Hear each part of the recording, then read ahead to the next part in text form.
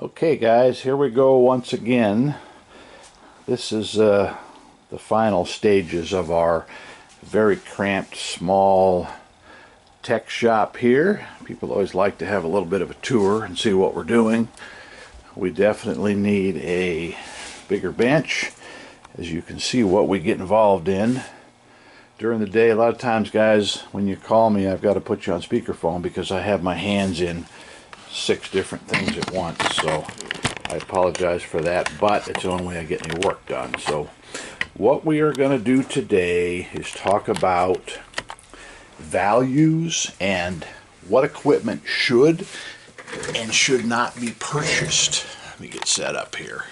I've compiled a list. It's by no means going to be a complete list, but you know what? Everything I mention here as far as equipment to purchase is worthwhile. If I don't mention it, forget it. If I don't know it, you don't need to be buying it. So anyways, what we're going to do is we're going to start with soda machines. I have my cheat sheet here because I never remember all these lines. I think what I'll probably do, so you don't have to write all this down, is in the description below I'm going to make a list of the buys and the don't buys. And on the buys, I'm going to put a range as far as values, secondhand values. Now keep in mind guys, we're not covering the BevMax 4s and BevMax 6s and the brand new AMS machines and all that stuff and the brand new Wittern snacks with, you know, ADA and blah blah blah. We're covering the older stuff. This is the stuff that most of my customers, the newbies that shop on Craigslist, Marketplace, whatever classifieds they have in their local town, that's the kind of stuff you're going to find there. You're not going to find a BevMax 4 on Craigslist in your town for 1,500 bucks. So anyways, this video hopefully will combat all those posts that say, what's the most I should pay? How much is it worth? You know, is it a good machine? I'm going to cover, and I would say 90% of those questions. So starting off, you guys know I'm a lover of single price soda machines. Vendos and Dixie Narcos. Everything else, you know, they were never meant to be. They were never good to start with. Coke, Pepsi, 7-Up, the big bottling companies, they never used those off-brand machines. They used the top 2 or the top 3 machines. And now we're talking about all the way back in the 70s. So as far as Dixie Narco and Vendos, they came on the scene, you know, really late 70s, early 80s. They produced equipment before that, but for the most part it was very limited for today's market. Single price machines give you a great ROI, return on investment. Let's just say you buy one for $100 on Craigslist. You go haul it home, it's got a crappy coin mech in it, it's got an old Maca or a CoinCo bill validator. Well, now you're up against $200, $250 to upgrade this stuff because you can't put it out if it doesn't work. As far as the cooling, you're going to have to find somebody local to service your cooling stuff. It's not cost effective to send this stuff out. So anyways, I strongly recommend the Dixies, the Vendos, the Dixies starting with the 276s, which are 6 selects, the 368s and the 440s, which are 8 selects. Keep in mind the 440s are 79 inches, guys. That's what, 7-8 inches taller than me at 6 feet, so a little tougher to move. That's why they weren't as popular. This is a type you would commonly see in front of the grocery stores. The big high capacity machines, they have a great benefit if you have locations that are maybe 30 minutes away, 45 minutes away. I ran these spots, but I ran the 440s in them, and what I would do is I would double up on whether it was a Coke or a Pepsi product location. I would double up on the first 2 columns, and I'd say, okay, when the first Pepsi column goes out of product, in other words, the light comes on, call me and we will put it on our service agenda and we'll be out there within 48 hours. This is awesome because by the time you go out there, there's a lot of money in that machine because it holds so much. So anyways, Dixie Narcos, 276s, 368s, 440s, 100, 200. Don't pay more than 300. I mean, it's got to be mint. It's got to have an MEI validator in it. The coin mech, you're still going to find some of the old purple Macas in those. Those are no good. Throw them away. Replace it with a Coinco or a Mars. So anyways, guys, as far as the Vendos, now Vendo, they built a lot of stuff prior 70s, early 80s that really wasn't that good. And we're going to talk about the multi-price machines too to stay away from. So Vendo's probably starting with any Univendor. Okay, it'll say right on the inside, Univendor. It's got 10 single columns. You can adjust the space to sales if you have a real heavy spot on Coke or Pepsi. You can make 3 of the single columns all sell the same product, such as Coke or Pepsi, with just one button. It'll be the top button, say. You push that button, it'll alternate. It might sell 1 of each column, 3, and then 3, and then 3 more. So these are the Univendors. 480s, 540s, we get into the VMAX, the 600s, once again a monster, heavy capacity. Anything before that, those old slanted front, I don't know if they were 420s or what the model number was, but bottling companies had a lot of those. They had the tiny, tiny, tiny little buttons, and they were at an angle. Those are no good. They're too dated. They're worn out. They had the micro switches on the motors, on the columns. If one fails, then you take out half the other columns. And I always tell people, they say, gee, number 8 column doesn't work, blah, blah, blah. Well, those switches are very weak. For $2 a piece, if you're going to buy one of those and you're going to refurbish it, take it home, put it in your garage, refurbish it, don't try and find the one switch that's bad. They're normally mushy. They won't go click, click. They'll just either be flat, they won't pop back up, or when you push them, you hear nothing. Replace all 16 of those switches. It's the only way you're going to cure those headaches. So anyways, those Vendos, stay away from them. I mean, if you buy them for $50 and you want to get into the business, you know, that's one thing, but you're going to spend 300 or 400 in parts to get them back up and running to where you can actually put them out on location and not have too many headaches. So anyways, Royals, they made some single price early on. I was never a fan. They're pretty tough machines. Coke out here in my area, Las Vegas, they used a lot of Royals. We never had any when I was up north in Reno. So they were kind of new to me when I came south here about 15 years ago. So as far as the Royals, I would stick with MDB machines, which, you know, we all know MDB came out in the late 90s, very early 2000. I'm not exactly sure what year the Royals came out, but Royals are the most complex as far as the setups go. You've got to do a lot in the bookkeeping. You got to select can or bottle. You got to select whether it's 2 or 3 deep. If these are all not right, you're going to be in trouble trying to put this machine out. What I would do is I would go back to the default settings and start from Jump Street if you get a Royal, because you're going to spend some time setting it up. Once you get to know them, they're not a bad machine at all. I'm not trying to downgrade Royals, but there is setup involved, and I always comment how the setup man is the most important person in your vending company, and that probably is going to be you as the owner, unless you have a crew. So anyways, Royals, stick with anything MDB. They go all over the map as far as price goes. You know, $100, $200, $300, 500, 600, 700. It depends on the model. There's a lot of different models. The newer you get, the more expensive they are. But once again, not a bad machine. USI's, they had a tremendous amount of can machines early on, 12-ounce cans. They had, I wish I had a sample of one, they had a little motor, little plastic cam, they had a sold-out switch, then they had 2 more micro switches that went around. These, for the most part, will not jackpot, but if you ever get a machine that always gives 2 cans, I don't think it's 3, it's 2, it does have a timer assembly to where if it gives the second can, it will shut it off and not jackpot the whole machine if those switches are bad. So can machines, I'm not a fan of those dispensing mechanisms. I know about them. I could certainly keep them running, but unless you're gonna change those micro switches, starting with the sold out switch, it's got a big hoop on it that the can rolls down.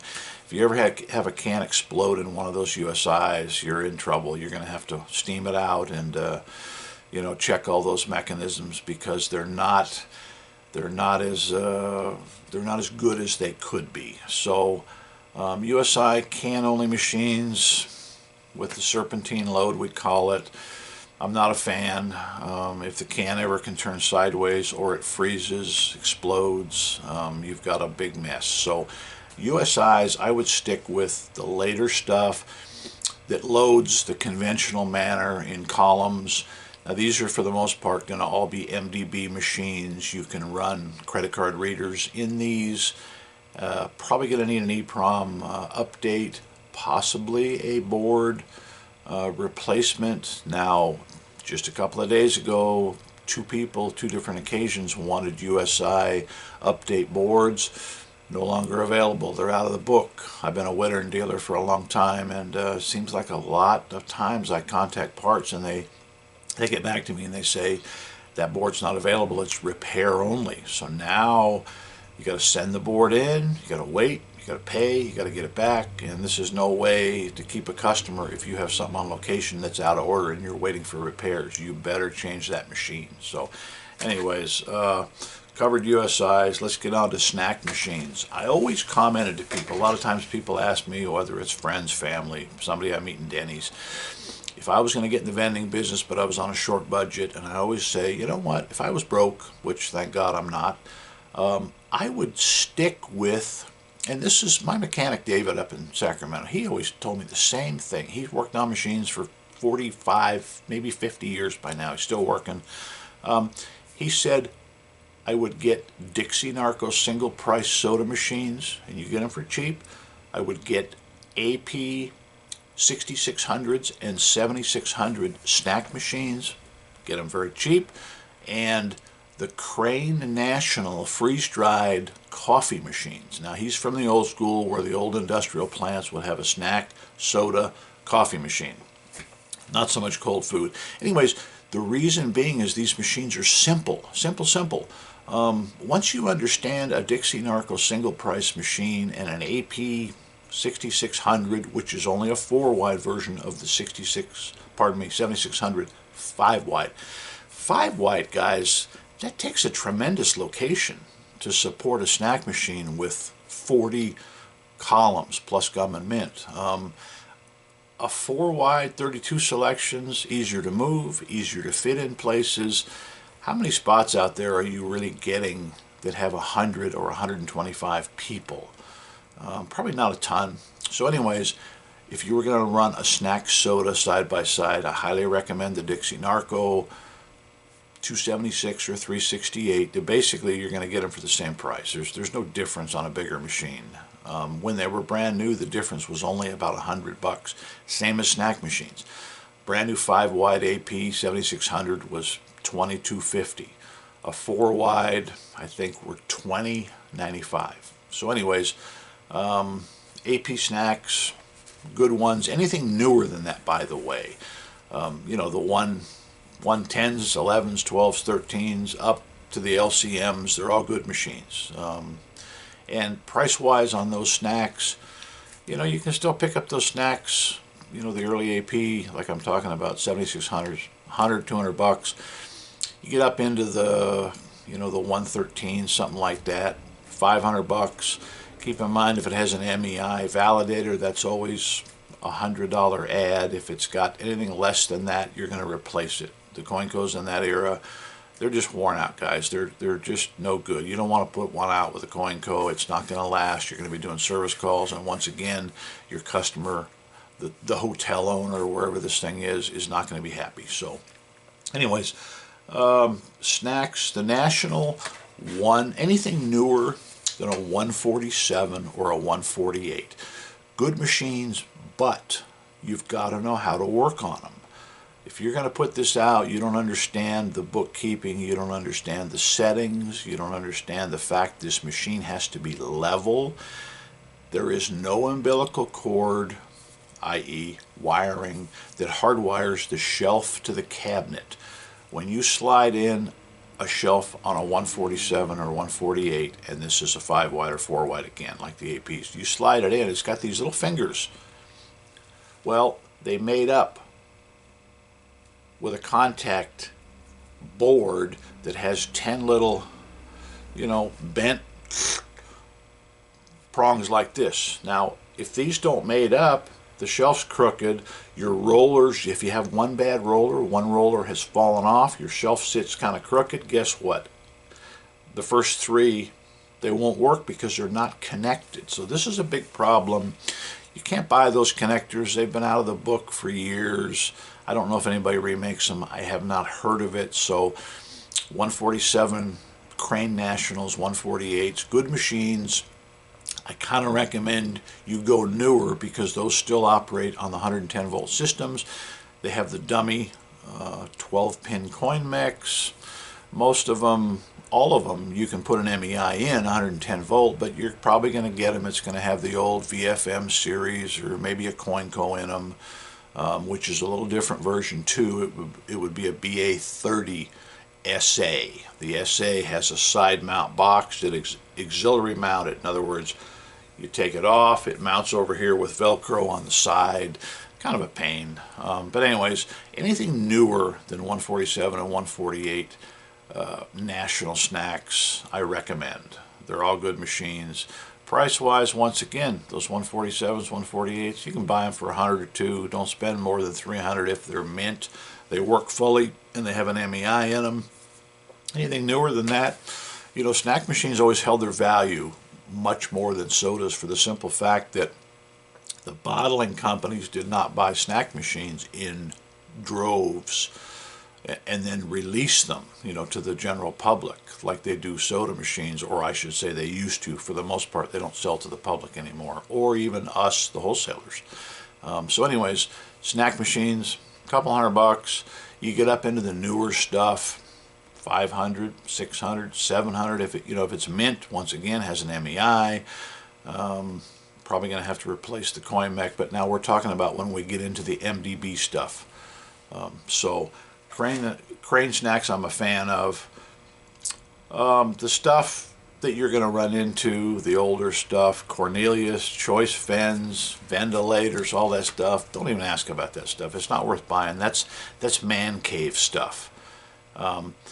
One common myth before we move on to the stuff you stay away from is when you see a soda machine and you read the sticker, hopefully the sticker's still on the inside of the door, especially on single price. People always say, gee, my water doesn't vend, it gets stuck, it squishes the bottle.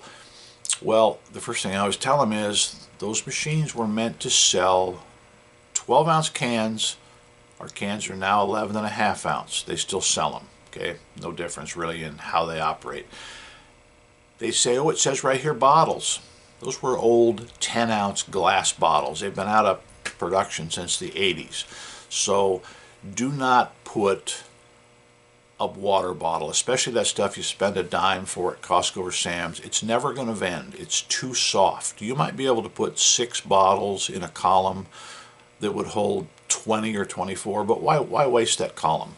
I know people ask for water. That's a big drawback on single price machines. It doesn't vend them. Somebody did mention that they buy smart water. It's a lot more expensive. Your profit margin goes way down. Single price machine, you can still only sell things for one price. So water, guys, stay out of the 10-cent squishy water bottles. It's not going to vend, period. It's just period, not going to vend. And I see one of those posts every day, and I can't answer anymore. It's too tiresome. The stuff to stay away from, I think I covered them. The old Vendo sodas with the dummy mechs, you can always tell a dummy mech has 12 pins. And the nickname dummy means that nothing happens in the coin mech except for the fact that it sends a signal to the board.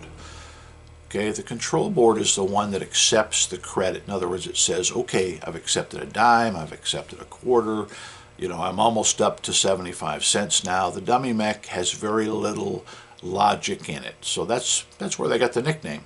It's just a 12-pin mech. They had them Very popular in USIs. They were 12 pin but 24 volt.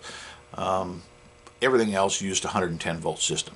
Still 10 pins. If you plug in a 110 volt dummy mech into a USI 24 volt, nothing will happen. You plug a 24 volt USI coin mech into a 110 system, you have an instant poof and you can just throw it in the garbage because you just blew it up. So keep in mind, guys, don't be switching those mechs unless you know the voltage. So anything Vendo, dummy mech, stay away from. Anything Dixie, dummy mech, they're just not stable. You know, there's still some of those S2D control boards out there. I'm not a fan. There's a lot of them. We have a conversion kit, comes with a harness, comes with an MDB mech. You can make them MDB, however, to accept credit card readers on any Dixie Narco with an S2D board, it has to have an EEPROM change. EEPROMs are not real expensive. The shipping is going to be more than the cost of the EEPROM, so remember that, S2D. The USIs, they made some early machines, the 3089s. A lot of their early stuff were just monsters. They weighed 975 pounds, just shy of 1,000 pounds. I think it was the 3089 or the 3089 and a half. We called them the can cutters. What it had, I wish I had a sample. It had a piece of metal and it would go like this, side to side. Well, the problem was, it would go like this, chunk, the can would fall out. Well, then it would cut the can that's fallen down into play. Oh, they were just a disaster. So stay away from those. Those were USIs. AP, the early electronic snacks. Okay, came out in about 1980. I remember buying a ton of them brand new. They were the best thing since sliced bread. They were awesome. They sold and sold, and they just offered you know, the customer a ton of selections. This was the 4000 series, okay? 4600, 5 wide. 5500, 4 wide. The problem is early electronics like that has become unstable. They worked great for 10 or 15 years. The problem is there's no parts available. I don't know of anybody that works on those control boards unless you have a lot of spare parts. Stay away from the Series 4000, i.e. 4600, 5500. You find them all the time for 50 bucks, 100 bucks. Originally, they did not come with validators. The validator kits in them were aftermarket. Somebody, probably Vendors Exchange or Capital Vending, good people, came out with a kit, I don't know, 85, something like that. And they work, but they used coin codes, and you know, they can be changed to something else. But why spend money on a machine that's just, for the most part, obsolete? So stay away from the Series 4000 AP snacks. Any of the national, this is before they were known as Crane, any of the national Snacktrons, 1, 2, 3. I always tell people they're great workhorses, but who's going to put their money in a machine that looks like an old machine? Especially, I still see people operating brown fronts. Really, who is going to put money in a machine with a brown front? These went out in the 80s. So, guys, National Snacktrons, the early ones, 1, 2s, and 3s, just stay away from them. They came with Maca validators. If they had a validator at all, it operates on 110 volt dummy mech. Just not as stable. We still offer service for the dummy mechs, but I always encourage people, if it's updatable and you're going to run this machine, rather than spend 100 bucks on another mech, update it and get something better. So getting close to the end. Vendo made some snack machines, very short run. Don't quote me on this. It wasn't 2 or 3 years. The first time I came across one had to be in about, I don't know, 95, something like that. Vendo thought they should get in the snack machine. My God, they were about 8 deep. You could put 8 Snickers in them. So they looked good, but they were a flash in the pan. So Vendo sodas, run. Polyvend was eventually bought out by Crane. I think really only to close them. The early Polyvends, they look good. There used to be a lot of them around. Their weakness other than the electronics is the shelf plugins. Route man, guys, they'd rip the wires out. They'd get stuck on something. These were hardwired with a plug into the side of the cabinet. I have fixed just hundreds of those shelf harnesses. So if you're not good with a crimping tool and, you know, Molex connectors and wire and all that kind of stuff, polyvens are not really for anybody. If you want to use one for your man cave at home, but there's just, as far as the electronics goes, I'm sure there's some people that still work on those boards. However, don't start with junky stuff. I always encourage people, if you're going to start, you're going to get a bad taste in your head. People, your locations are going to call you. Buy decent stuff. If you're going to buy older stuff, at least buy the stuff that was good. Why buy older stuff that's 30 and 40 years old that was really crappy from day one? So anyways, guys, I'm going to put in my description a little bit of these prices I've talked about as far as the values and what you should actually pay. Spent a lot of work on this video. I appreciate the viewing, and guys, the videos are getting stronger and stronger. The view times are getting longer and longer, and the advertisers are paying off too. So we appreciate you guys supporting the channel, and we do this for free. We gain a lot of customers, however, so it does pay off for us in the long run. Anything you need, we have a website. The link is below. We're picking up a few Patreon members. You can research that. That's a support group, and kind of keeps us in motion, keeps us moving. So anyways, guys, we like doing these videos, and we like hearing from you. Your comments help the channel. So guys, for now, Doug at Doug's World Tour, Vending Channel, out.